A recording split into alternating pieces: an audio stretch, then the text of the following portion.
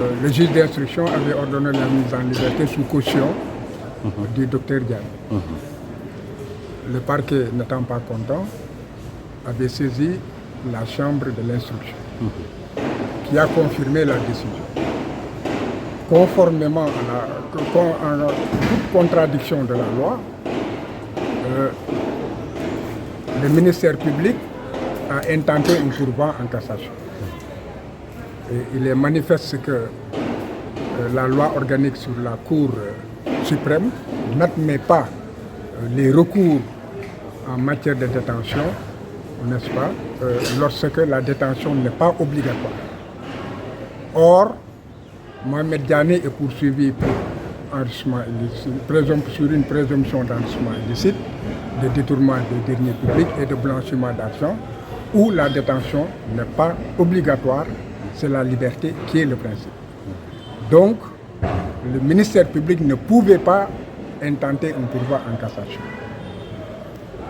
Aujourd'hui, la Cour suprême a dit le droit et a estimé que c'est à tort que l'arrêt n'a pas été exécuté dans la mesure où, en fait, le pourvoi était sans objet. On considère donc que le droit a été dit. Il est seulement regrettable que pour une décision où l'irrecevabilité était manifeste et découlée de source de la loi elle-même, que cela ait mis autant de temps pour que la Cour suprême se prononce. Mais enfin, nous sommes très satisfaits de la décision, n'est-ce pas? Le droit a triomphé sur l'arbitraire. Donc, ce qui veut dire à partir de maintenant que votre client, Dr Mohamed Diané, va être libéré. À la seconde même, ce qui peut faire obstacle à sa libération, c'est le versement de la caution. La caution est estimée à combien? Voilà. Maintenant, je donne la parole à... La caution, c'est à combien avant de donner la parole?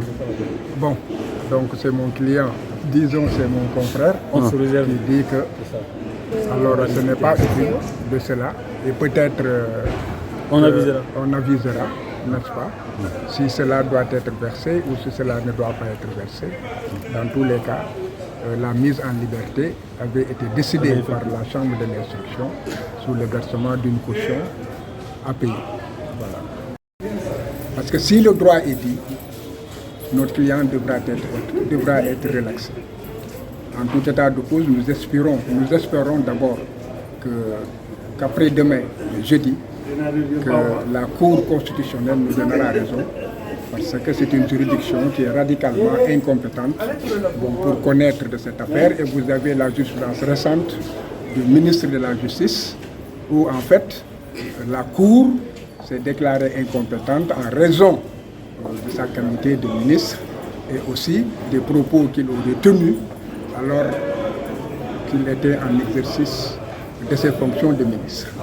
Bon, tout ce qu'on reproche aujourd'hui à Mohamed Diané et au Premier ministre Kassori, ce sont des actes qu'ils auraient commis ou présumés avoir été commis alors qu'ils étaient en l'exercice de leurs fonctions ministérielles.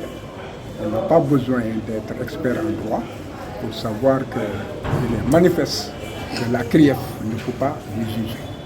On espère que la CRIEF emboîtera le pas à la Cour suprême et dira le bon droit.